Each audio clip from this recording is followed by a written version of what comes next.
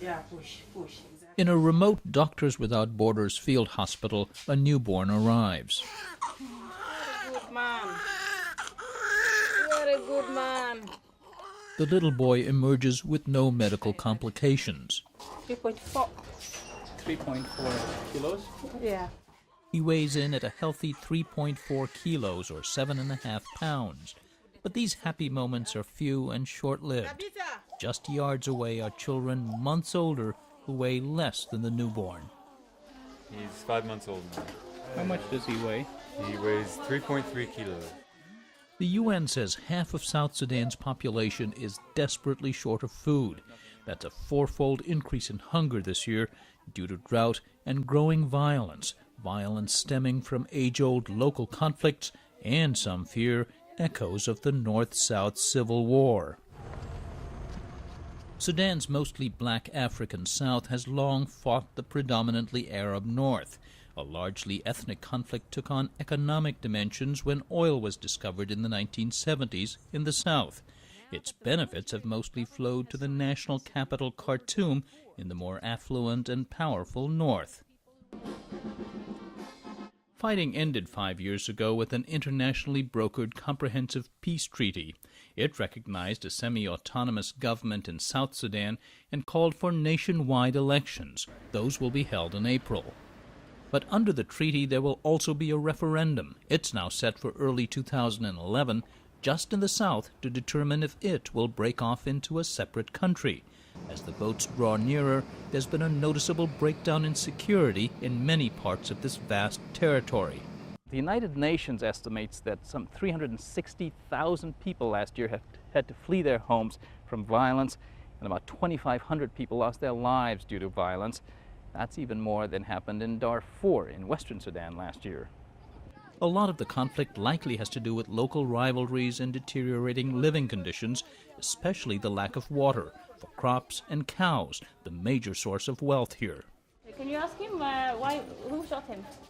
It's what landed Tut Bidong in this field hospital for 3 months. He was shot in the leg in a fight with a rival clan. Somebody cut the ears off their cattle, and they came back to take revenge on us.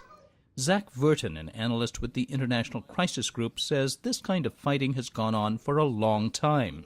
Traditionally, among pastoralist communities in South Sudan, cattle rustling during seasonal migrations is a primary source of conflict. You also have rising food insecurity, minimal access to state institutions, minimal access to justice mechanisms, and a huge number of small arms and light weapons.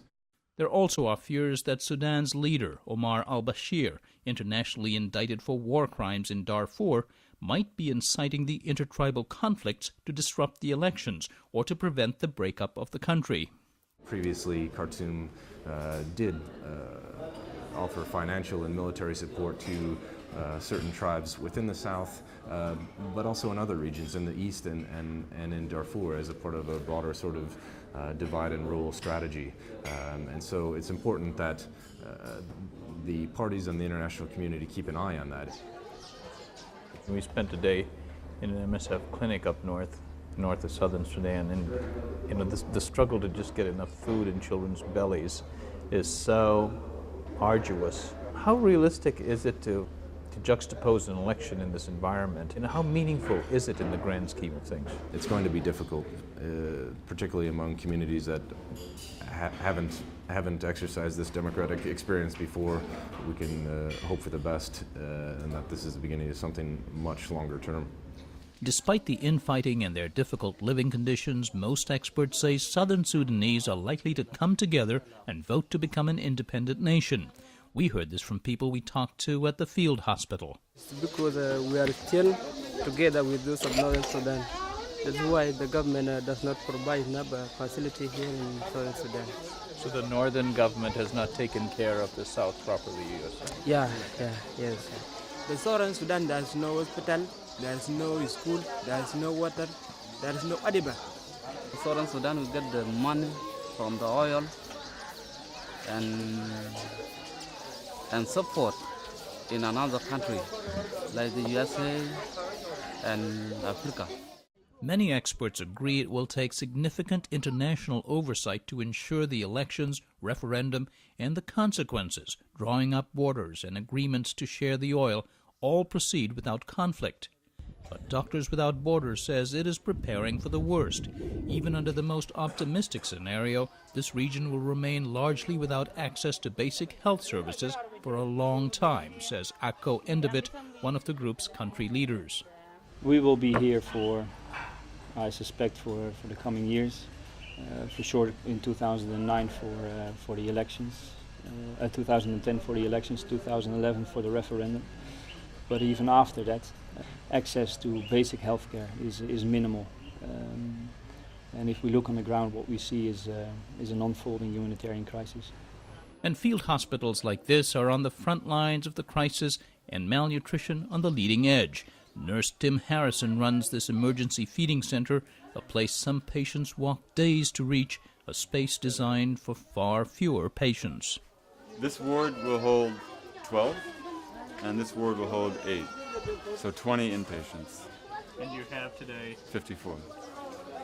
That's not counting the overflow of dozens under a tarp and hundreds of outpatients.